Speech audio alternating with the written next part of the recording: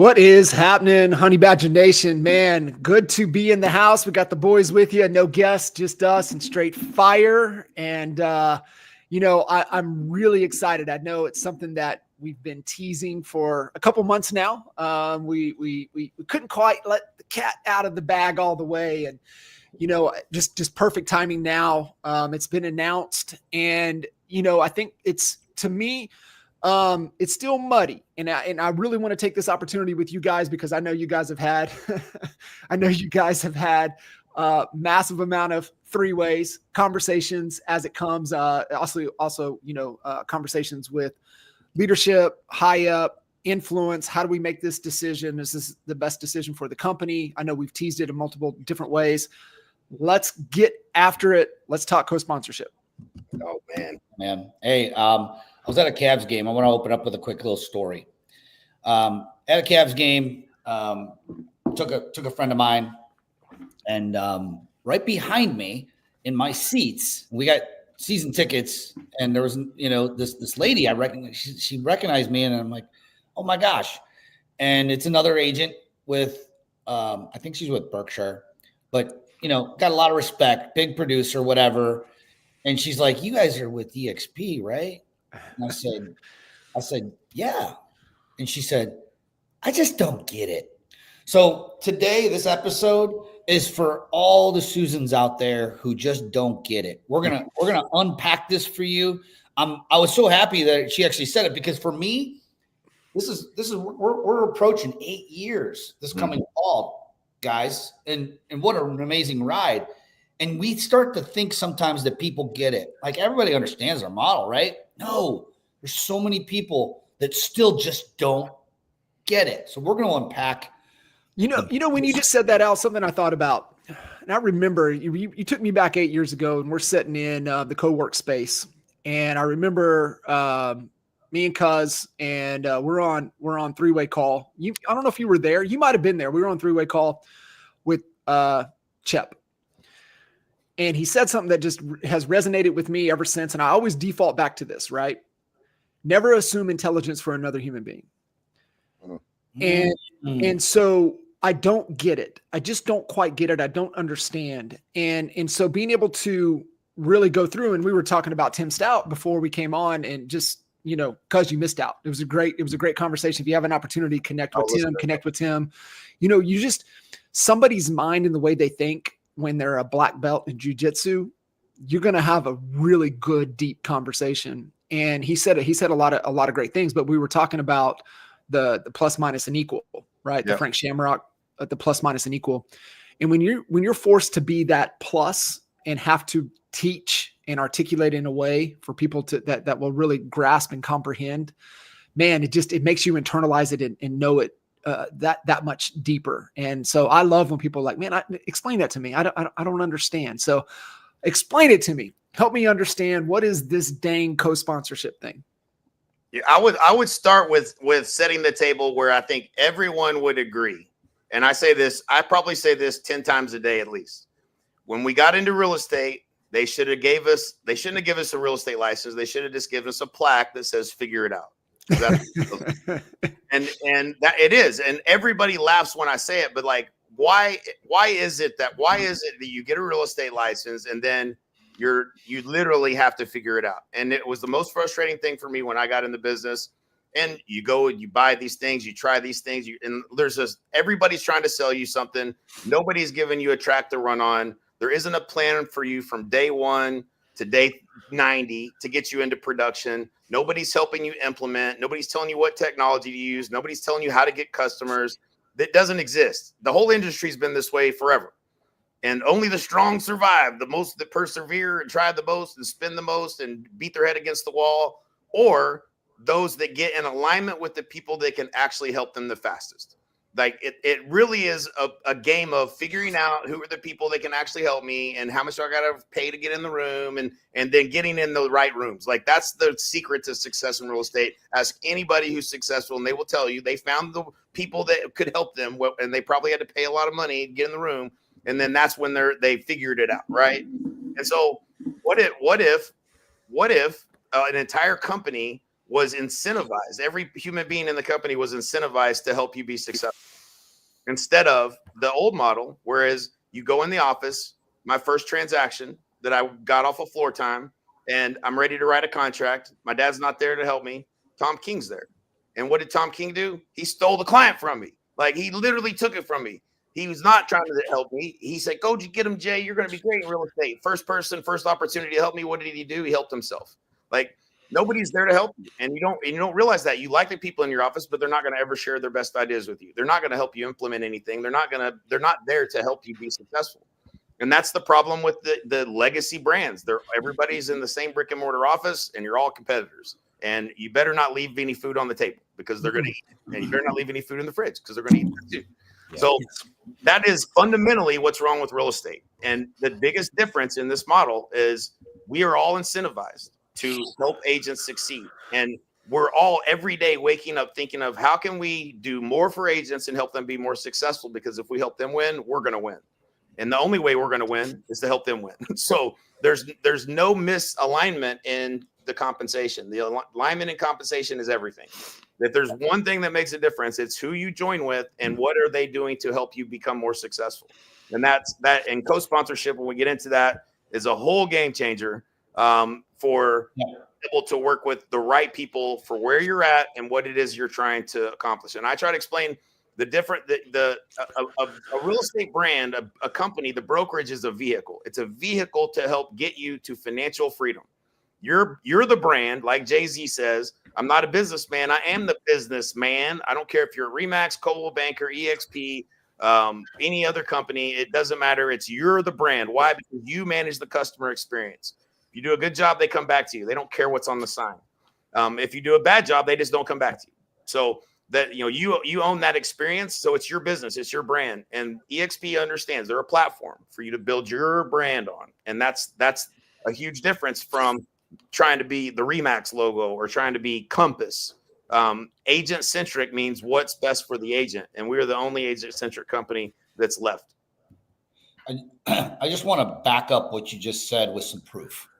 Because, you can say, oh, well, you're just drinking the Kool-Aid, Jay Kinder. And Kool-Aid's delicious. I like Kool-Aid right now. But beyond that, why is what you're saying true?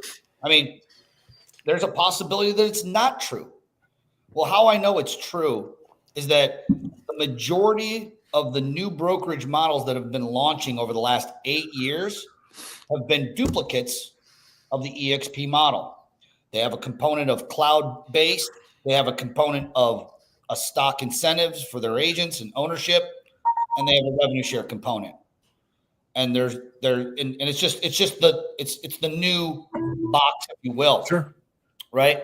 And so you just don't see a ton of legacy brands opening up everywhere and making big waves. I mean, sure, there has been a couple, but for the most part,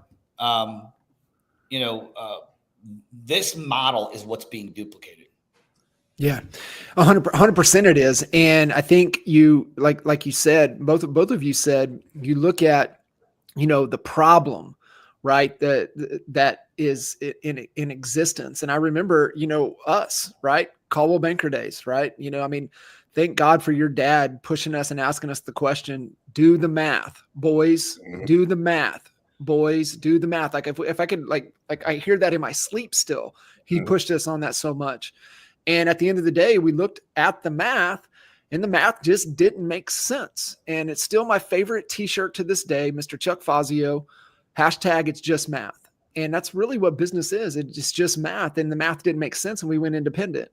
And to your point, there was not a place for people to go to, because everybody was on an island. And, that's why, what we did with Mastermind in that run of NAEA Mastermind days is because we were the place people could go to where they didn't feel on an island. And until there was a model that was like, listen, and I think we have an understanding, and I always come back to the story we told over and over and over again. Right. And compensation drives behavior. And until you can figure and understand that truth, then your model is always going to be off until you can align the compensation to drive the behavior of the people, right? Like we're joking, right? Don't put your leftovers in the fridge because they're going to eat it. So how do you really align the behavior that you want for people helping people? Yep. And it's through That compensation. is the secret sauce. It is the secret sauce. Hey, John, share the I'll just give evidence of proof from today. This is a text I got from Braden this morning at 7:45. If you can share that. Can you see it? Yeah. So this is the text from Braden. So this is just Braden following up with somebody that joined somewhere in our group somewhere that we're trying to help. He said, I love it. Braden's like, yo, you still running your ad? Oh yeah, I've been getting a lot of traction too. Just went on a listing appointment last Saturday for 550,000, and they're buying in the same range. And then, well, how much?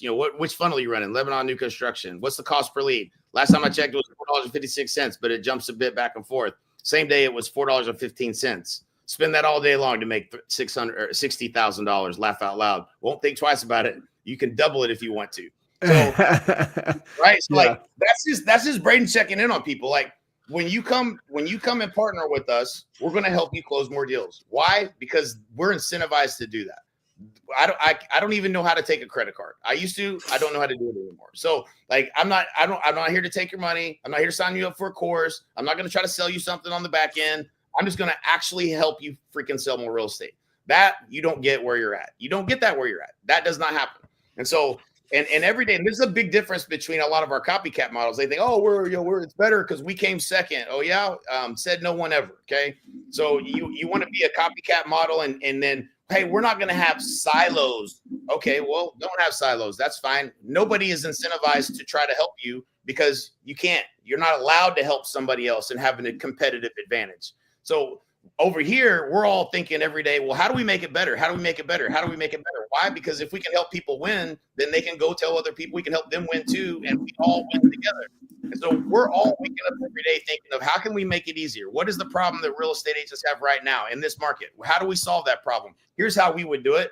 Now, how do we make it easier? How about if we did it for them? How about if when they get onboarded, we onboard them. We onboard them into the technology that EXP provides. We get through all the mental hurdles and tech overwhelm. We upload the system. We train you on how to use it. We build your ads for you. We build your brand for you. We'll even give you the strategy and help you with the social media that you need to use in order to get those people to pick up the phone and call you or respond to a call, text, or email. I've never been this involved in agents' business. We used to just tell you what to do. That was coaching. Be like, yeah, we know what to do this. Be like, okay, let me go figure out how to do that. That was how everybody, if you were just good enough, if you paid good enough attention, took good enough notes, you could go implement ideas and be successful. But how do we just keep moving further down the value chain? How do we do it for you? How do we make it easier? How do we make it better? How do we make it where they can't mess up? How do we make people successful that otherwise wouldn't have been? And that is when you have a whole company of people, 90,000 plus, that wake up every day thinking that, I can tell you what happens. Everybody gets better at helping agents get better. Like that's wow. There's some things in there that I want people to really pay attention to. And it's just kind of the era that we're in, right? We're in the AI era, right? It's just where we're at. And one of my new favorite quotes to come back to is discipline over disruption. And you think about that for a second, right? And we know what discipline is, but it's discipline to the things that won't change. Okay. Think about that for a second. Stay disciplined to the things that won't change. So for you guys listening in to everything that Jay just shared and was talking about, think about it in a red, yellow, and green light situation. So the red light, what is happening? And this is the filter that you guys have to run everything through. If ChatGPT can answer it in 15 seconds or less, it's of zero value. Think about that for a second. And think about this as you're positioning yourself, because and this is a whole nother conversation. We'll circle back to. I've got a private session with Mr. Phil Stringer next week. I cannot wait to ask him these questions. Where is the puck going for where we are in the green light situation, right? Because if the consumer, buyer, seller, other real estate agent can go to ChatGPT and can get the answer in 15 seconds or less, it is of zero value. So if you're waving your flag and you're leading with this that ChatGPT can answer, it is of zero value. So that's red light stuff. Yeah. The yellow light stuff is still there, but I think it's on life support. I think that it's got the oxygen mask. It's not on life support, but it's got oxygen to keep it kind of going. And that's the things that we know to be true, that we've been world-class at for the last 10, 15 years on the digital marketing side of things, the digital courses, the things, the lead magnets, they still have some weight, but I think they've got an oxygen mask. Mm-hmm. The green light things, and this is everything that you were just saying in here that I really want to highlight, because this is the things that won't change. Now, it's going to be enhanced with AI, but it's these fundamental things will never change, and this is what we're doing. Creating a unique process that creates a transformative experience. It's all about the experience. It's why we dominated with what we did within EA and Mastermind, and still why our events are the best of events, because we focus on the experience and it transforms them. But here's the thing. It's things that can't be replicated, and this is why Honey Badger Nation is the Honey Badger Nation. It's a genuine community. It's a genuine, authentic community. And here's the default. And this is what I've been conversations with Leanne, conversations with everybody. I was like, here's where I keep defaulting back to. It's all about trust. And my definition of trust that I will die on is authenticity times time. Being your genuine, authentic self times time. You can't recreate the give mentality, right? Everything. This is why I wanted to emphasize this, because everything you were talking about was just give, and you can sniff that out if that's not genuine. You can sniff that out if that's not authentic. Let me ask you guys a question. Do you think that we could have gotten to 13,400 agents in Honey Badger Nation if we were told you can't give? No. No, I wouldn't be here. We wouldn't be here. We wouldn't be anybody here. else doing it either. I got a little bit of flack when we first joined EXP, because everybody was really happy when we joined, and then they're like, "Oh crap, we got to compete against these guys," and so they're starting to get a little pressure on us. And Gove called me, and I told Brent, I said, Brent, if I'm not able to add value to people's lives, then this is not the opportunity for me.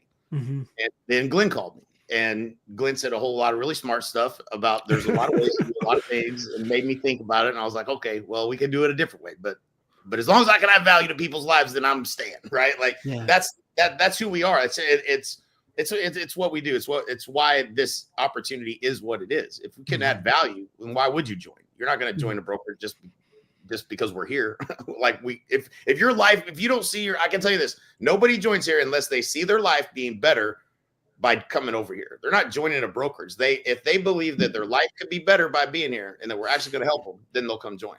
And that's what it has to be focused on. Yeah. And it can't be BS. And there's proof, right? It's just like, Al, you gave proof of the model, right? And the examples and the compliments of the people, trying to replicate and duplicate it. And let me make a point. Let me tell you something. So guys, I had a call yesterday with somebody that's at Real, and they're thinking about leaving. This is a big producer, somebody I know and like and respect a lot. And one of the things that was said on the call was, man, it's just not the same as it is at EXP. Like I have got, my an upline, but they really don't try to help me. Like, I don't feel like I have this group like we had of everyone trying to help each other. And it's partially because of their model. They're not incentivized the same way that we are. It's a little tweak of the dial, but it's the difference between somebody answering the phone, getting on a call with you, actually trying to help you solve a problem. And she thought, she's like, I joined this person because I thought they could help me with this one thing, and that they were doing that she was going to be trying to do. And the truth is that person's not actually trying to help them. Won't even return phone calls. Not even really trying to help.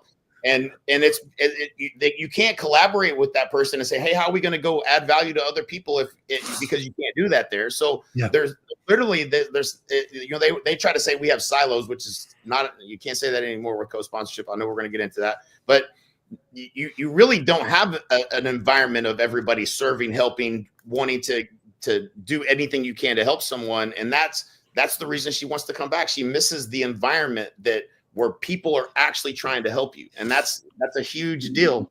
We're about to crush our competitors. I apologize for anybody that doesn't believe that, but I don't feel bad about it. Over here, let us help your life be better. I promise you.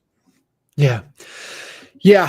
And, man, yeah, it's wild, but I think, going back to, I saw Cam Haynes had, dude, long beard, just kind of, he's incredible, mindset and ultra distance guy. But he was like, he was sharing kind of something that hit him between the eyes from Andy Frisella. And we've heard Gary Vee talk about it all the time too, right? There's only two ways to build the tallest building. And it's either you tear everybody else's around, you tear them down, which we know all those type of people that try to tear people down, or you just build the tallest building. And I think the only way for us to build the tallest building is, just keep adding value, right? Just be really more valuable to people's lives. I think before we get into the co-sponsorship, I want to make just kind of a blanket statement about the way we go about thinking about things. And we're all guilty of falling in love with our own ideas, or what's worse, falling in love with someone else's idea. And there's such good salesperson at selling you on it. It happens in politics all the time. Left or right, doesn't matter. They try to convince you. I'll give you one example. Paying higher taxes is a good thing for everybody. Like someone but they genuinely believe that, right? That's okay. The fact that they believe it's okay. Where it starts to not become okay is when they're so good at selling that they sell an entire, community of people on the same idea that this is going to be better for you in the long run. Just, what do they say? Trust me, right? And so what you were talking about, Jay, is a very similar situation. Like, it's almost common sense to say that you can't make an offer to somebody to give them something, or you're going to have to give it to everyone else. People have, made that argument, and people have fallen for it. Like, they've fallen for a lot of things. And I guess I would say, if you're someone listening to this, open your mind up a little. And we can't grow unless you're open to being a little bit wrong. And I'm always open to being wrong. So I'm open. If somebody wants to DM me, get on a call, feel free to hit me up and convince me how that's better for the community when you're handcuffed and you can't help them. I don't see how it is. But let's talk about some co-sponsorship. Mm-hmm. So I was actually just telling the story to Darren Mancuso before the podcast. I got a call from a young man yesterday who was somebody that they were actually already verbally in. They were coming over a couple of years ago. They ended up needing a local office and a team because it was a newer agent, and they ended up going in a different direction. No problem. I still cheer this guy on. I love this kid. He's awesome. Then he heard about this co-sponsor, but he didn't understand it. Like, he didn't understand even how it worked. And he's like, I think you might be able to explain it to me. I'm like, I think I can, maybe. We'll see. How does this work? Here's the way I explained it to this young man. I said, we're not in the same, revenue share group, right? But now we're actually able to partner to sponsor someone moving forward, a new agent that might want the value you bring, and also at the same time wants the value that we bring, but we're not in the same revenue share organization. So now we can do that. And the way I explained it was like this. We can take you, and everybody knows what a copy and a paste is. So when you copy and paste a word, you don't remove the word from the sentence over here, this paragraph. No, you leave it there and you copy it into another spot. And that's how the co-sponsorship with EXP is working, is that basically a co-sponsor could be copied and pasted into the first line of, let's just say J, you, okay? And let's say we're not in the same line, right? Not me, you and I, we want to co-sponsor somebody. They could copy and paste my name into your front line, and then the new agent would be in that second spot right there. Why is this amazing? It's amazing because we're not dividing the revenue share. We're not taking any money off the top and giving it to the company. We're not taking only 45% of the total revenue share. Everyone is getting the full amount of the revenue share. But Jay, we're giving up one spot. Well, the good news is we have 7. Yeah. We have 7 generations, 7 lines. So essentially that's how our new co-sponsorship program would work from a logistical standpoint. It could go in either direction. In other words, Jay could be the co-sponsor. I could be the sponsor. I could be the co-sponsor. Jay, I could co-sponsor with John Kitt. Now, in reality, I couldn't co-sponsor with you, Jay, because we're in the same line, and that's called double dipping. There is the one guardrail they've put up, and there's no, you can't double dip. So you and I would never have to co-sponsor together. John Kitchens and I would not have to co-sponsor because we're also partners in the same revenue share line. But a lot of honey badgers aren't. Right? Like, just because they're part of our organization doesn't mean that they're part of each other's. Yep. A lot of the cross-pollination with even AJ Mida's group and some of the other bigger organizations out there, we're already seeing the cross-pollination happening, and it's so much fun. Oh, man, it's good. The first guinea pig, so to speak, was our friend Spring, which came over. So it was fun to see her come over, but it was even more exciting of her being the first person to experience the new co-sponsorship model of EXP. It really is a game changer. I want to talk about it from a little different perspective, because the growth of EXP the next 3 years is going to be the biggest growth that we've seen since probably 5 years ago. So 150,000 agents, that's my prediction. Over the next 3 years, it is already ridiculous. I've never been on as many calls as I'm having right now, and the game has changed. And if you think about it, you've got 90,000 agents that are at EXP. Everybody's joining under somebody, but you could be under any number of different people, and for any number of reasons, an agent that you sponsored, you could have left. There's no value being added, and you just said, man, I'm not really don't know what to do with this. I'm not even going to focus on agent attraction. Now all of a sudden, you have your pick of anybody in the company that you can co-sponsor with, and you can now go recruit that person that you wanted to go recruit, that you didn't feel like you could recruit because you didn't have the value to add. So it just changed the entire game. Everybody in the company can now work together to go add more value collectively. And what is going to happen, it is happening already, like in a crazy, crazy way. It's happening. People that I don't know, that I didn't know, or people that I did know are reaching out, and they're like, hey man, what can we do together? Here's a person that I'm thinking about going to get. Here's another example. Caleb Pearson joins. Caleb, big dog, felt like he's probably coming to the game a little late. People in his market started reaching out to him and saying, hey, Caleb, man, can we co-sponsor? I just saw you join EXP, and I think if me and you went after this agent, we could go get them together. In the past, that was never possible. So when you join now, if you're an influencer or you're a big brokerage or you got a lot of influence in the industry, when you join, everybody's now looking at you as an opportunity to go work together with you. Mm-hmm. It's not stuck in this one choice that you made for your, for your entire career. You can do that as many times as you want with as many people as you want and as many different ways as you can think. And it is an absolute game changer. And like you said, Al, it's not division. We're not splitting it. And then if somebody underneath you co-sponsors, then they split that again. That's division to zero eventually, meaning the opportunity is not an opportunity. This is multiplication. You're going to have a 7. If you're the co-sponsor, you have 7 levels. If you're the sponsor, you have 6 levels, because in that first spot is your co-sponsor. That's all. That fundamentally was the most brilliant thing. And I would have screwed it up. If Glenn would have said, hey, how should we do it? I'd be like, man, I think Real does it. Why don't we do it the way they do it? That's what I would have said. That's not the best way. Glenn's like, let me think about this. What if we did it this way? And then everybody would win. Yeah. It's just an incredibly brilliant strategy. And it solves the biggest problem, I feel like, as a company that we've had, which is a lot of people that want to work together, but there was really no way for us to do it. And now that has changed. And when you put together really good people together, helping each other, it just gets bigger, it gets better, it gets the speed at which we're going to add more value. I don't want to talk about this. So we beefed up our offer, and I tell the kind of story. I came back from Puerto Rico, so glad to be back.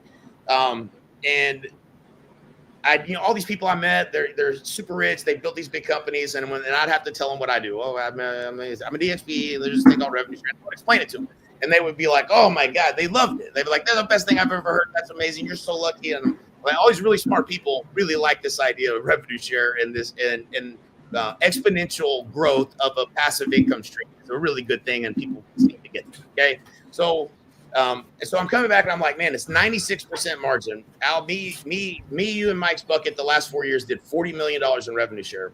Big number, right? 96% margin. And I was like, what would happen and I invested in apartments, right? I put $500,000 in it. It's going to 7 years. It's going to double. I'll have, 500 turns into $1 million. And I got a bunch of meetings I got to be on now for 10 years or 7 years, whatever. But I said, what would happen if I said, what if I just said, I'm going to put 600 grand into helping agents that come join us at EXP. And that was the experiment. And I was just trying to see if I could double my organization. So we built this whole system, but here's what's happening that's amazing. I was afraid to scale it. Okay. And this is where AI comes in and makes a huge difference in my ability to do this. Is I was afraid to do it because before it would have taken me 50 employees to do what I'm doing right now. I would have already bottlenecked at the hiring process, and I've been there, and it's not the fun place to be when you need to hire people so fast that the biggest problem becomes putting their chairs together, like Infusionsoft when we went and visited them. Like, that is not a problem that I really ever want to get to experience ever in any company, where I'm hiring people so fast that they can't get their chairs put together and go to work. So now with AI, and I was talking to Braden last night, and his wheels were turning, and we're like, we've got AI doing all of this. And Braden's like, he was talking about images, and we were selecting the image, right? Like, if you mess up the image on an ad, kills the ad. And so Braden's like, I do a lot of these images. And he started hearing himself talk. He's like, what am I, like the best image picker on the planet? He's like, why am I not letting AI? He's like, I don't want to be known as the best image picker on the planet. He's like, I don't think I make a difference here. And so now with you feed AI with the right information, it will get you the best image for that ad, period. Like, you don't have to do like all of those things, building those systems, making it simple, making it work and get the highest possible result is when you start leveraging AI. It's smarter than us as humans. You can't do it better than AI can do it. So everything that we're doing, we're leveraging AI to build the process so that it cannot be anything but the best possible result. And when you start thinking this way, now you start to create things duplicatable that operate at the highest possible way that it could operate, and people get better. There's no room for error. Oh, this image was, I like that one, but maybe I like this one better. No, which one of these is going to actually perform the best? AI knows better than we do. And that's what you go with. And you leverage this to build things. And so now I'm able to do this at scale for anybody. And that was something I was afraid to do. Why? Because number one, I didn't want to have a bunch of employees. And number two, I was a little bit scared to spend the money on that many people, but now I don't have to. And so there's just it's a perfect storm of what's happening right now, and our ability to actually help people more consistently, more predictably get results. And that is what it's mind-boggling, but it's the most fun I've ever had in my life. We're absolutely having a blast. Yeah, absolutely love it. You built a hell of a this accelerate, and here's the thing, man. Great job, great iteration on what we had before. But right. The thing I thought about was that this is just really kind of iteration number 2. Right. This thing's going to keep evolving. We can continue. Oh, yes. For sure. I'm not done, bro. Like, are you kidding me? Like, we started with the first pillar. The first pillar is like, hey, let me get you closing 2 deals a month through marketing. Okay. So, and every real estate agent, I don't care who you are, you're all going to agree with this.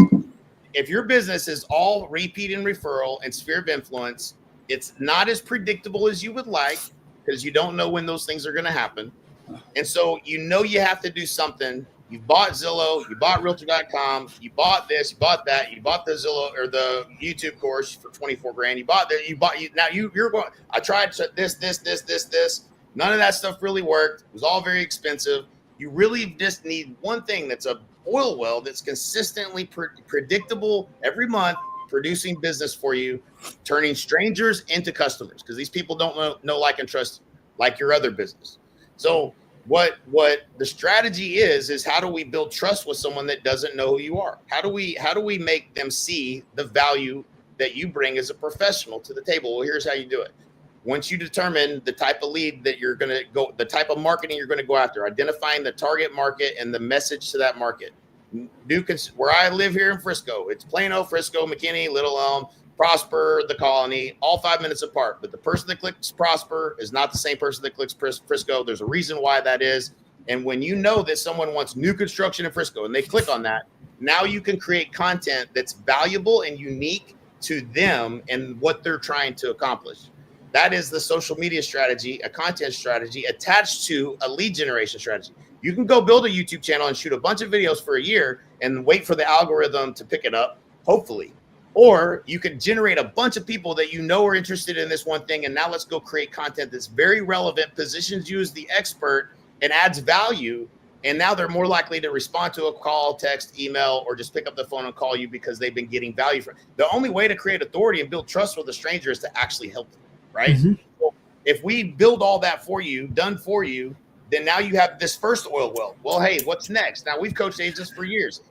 Once we get you doing one thing marketing that's working, we can add as many of those pillars as we want in marketing. If you want to build your brand, we know how to do it through multiple different strategies, billboards, direct mail, all of that. What are you doing database wise? What are you doing to maximize the amount of referrals, repeat that you get out of your database? What do you communicate? We can literally start adding every possible thing that you don't do well and start implementing that for people very, very efficiently with AI. And so our value prop today is not going to be our value prop tomorrow. Our value prop today just started with the very first pillar to get people closing 2 deals a month. What's coming next? Whatever the world is our oyster. What's the next thing we would want to help solve for somebody that's the next biggest problem an agent has in their business? And it is getting exciting to it's a good time to be in real estate. I can tell you it's a lot easier now than it ever has been. Even though the market's down. Right? You know, I got to tell the quick story, and then we can wrap this up. We're at the top of the hour, but I got to tell a story. I hope she won't mind, but it's about a friend named Grace, who actually graduated with my sons, Aiden and Matthew. Grace got her real estate license just recently. She's fresh out of high school, never really even had like another career job, first time, whatever. And we get her ads up and running for her. Her average lead cost is coming in at like $1.46 a lead. And in her first 2 months with us, she just closed on a $360,000 property. Now that may not seem like a high-end property in Frisco but in Cleveland, Ohio, that's luxury. 30%.